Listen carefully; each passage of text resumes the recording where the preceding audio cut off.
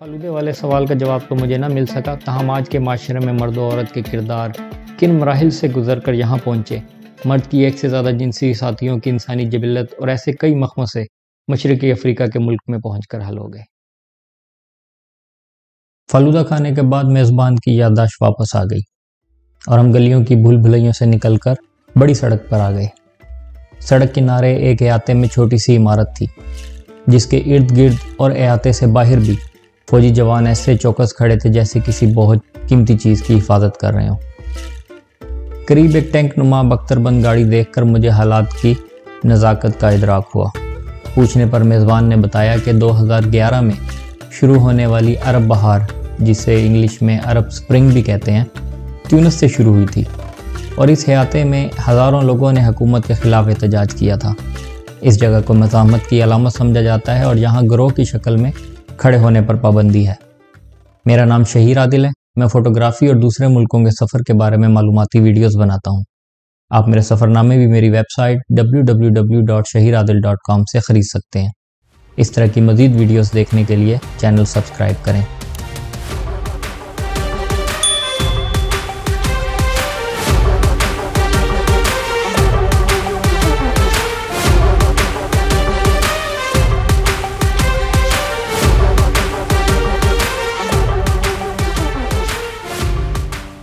عرب بہار کی تفصیلات آگے چل کر بیان کروں گا، لیکن ابھی اتنا جان لیں کہ اس کو گزرے 14 سال ہو چکے ہیں۔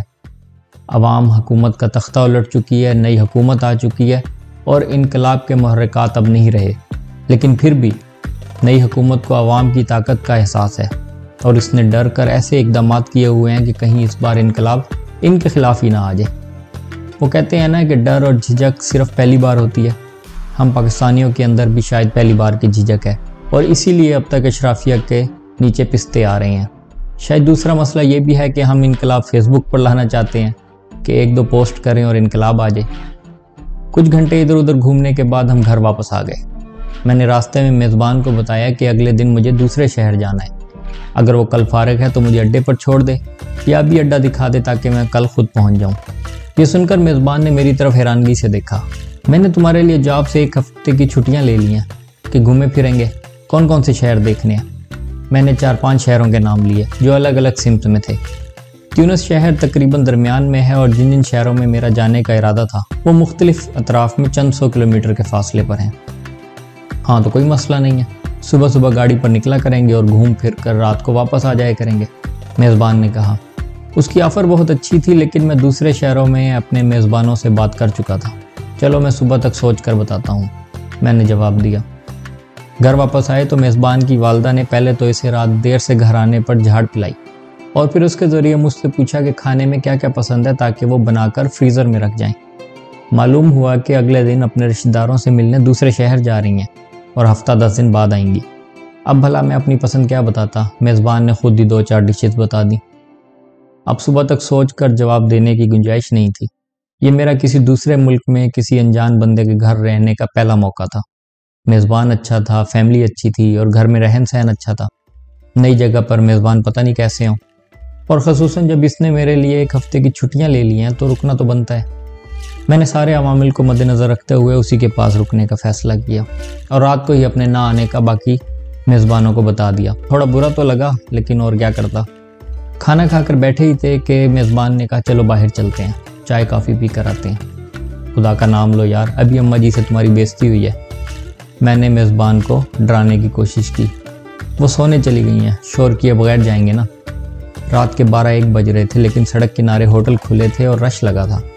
یہ دیکھ کر مجھے کراچی کی یاد آ گئی، جہاں چائے کے نشئی رات بھر ہوٹلوں پر بیٹھے رہتے ہیں۔ سڑک کنارے میز پر میزبان کے بچپن کے دوست موجود تھے۔ تعارف کے بعد 100 بار منع کرنے کے باوجود میرے لیے ترکش کافی منگائی گئی۔ اس سے پہلے میں آذربائیجان میں ایک مہنگے ریسٹورنٹ میں ترکش کافی پی چکا تھا جو ذرا پسند نہ آئی تھی۔ اس وقت میں سمجھا شاید اونچی دکان پھیکا پکوان والا حساب ہے، لیکن یہاں ایک چائے والے ہوٹل سے بھی ترکش کافی مجھے اتنی ہی بری لگی جتنا پہلے لگی تھی۔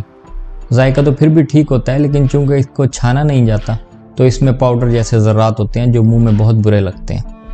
ذائقہ نکال دیں تو باقی ایسے ہی ہے جیسے پانی میں آپ مٹی گھول کر پتلا گارا پی رہے ہوں۔ یہاں آپ کو لاسٹ میٹنگ تھیوری کے بارے میں بتاتا ہوں۔ یہ کوئی سائنسی تھیوری نہیں ہے، بلکہ اس کو روحانی یا فلسفیانہ بات کہہ سکتے ہیں۔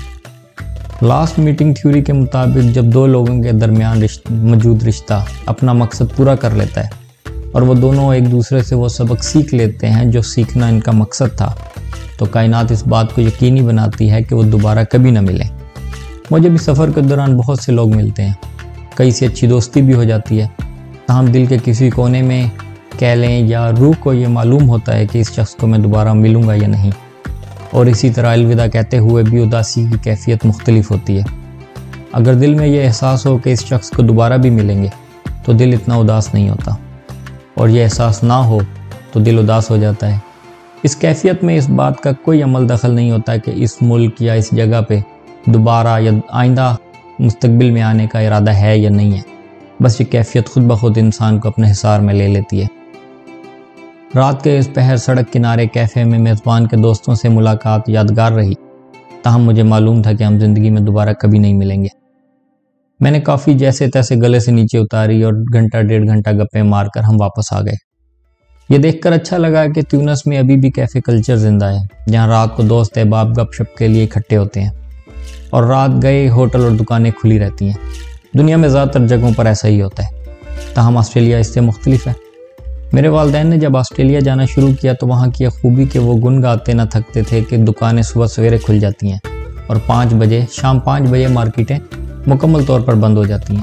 سننے میں تو شاید یہ اچھا لگے، لیکن جب خود جا کر دیکھا تو سمجھ نہ آئی کہ اس میں اچھا لگنے والی بھلا کون سی بات ہے۔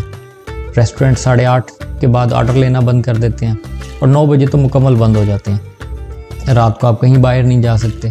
اب بندے نے گھر کے لیے شاپنگ کرنی ہے، 5 بجے وہ کام سے آئے اور تو دکانیں بند ہو چکی ہوں گی۔ ہفتہ اتوار کو اس کی چھٹی ہوتی ہے تو اس دن مارکیٹیں بھی بند ہوتی ہیں۔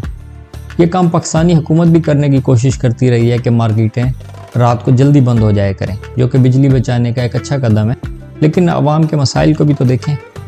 میرا خیال ہے کہ اگر شام 6 یا 7 بجے مارکیٹیں بند کرنے کے اقدام اٹھانے ہیں تو جمعے کو مارکیٹیں کھولنے پر پابندی ہونی چاہیے، تاکہ دکاندار اتوار والے دن دکان کھولیں اور چھٹی والے دن لوگ آرام سے شاپنگ کر سکیں۔